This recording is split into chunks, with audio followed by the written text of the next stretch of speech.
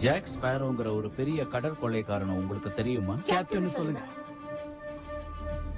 Captain Jack Sparrow. Captain Jack Sparrow. அவனை யாராலையும் மறக்க முடியும். அப்ப அவன் அங்க பார்க்கும்போது ஒரு பறவை மாதிரி இருந்தது. அன்னையில இருந்து என் வாழ்க்கையில ஒவ்வொரு நாளும் எனக்கு பயத்தை ஏற்படுத்துற மாதிரி அவனுக்கு ஒரு பேர் வந்தது. Jack Sparrow. ஜாக் மாதிரி ஒரு மோசமான கடற்கொள்ளைக்காரனை நான் பார்த்ததே கிடையாது. ரொம்ப கொடூரமானவன் ஜாக் ஸ்பேரோ. Jack Sparrow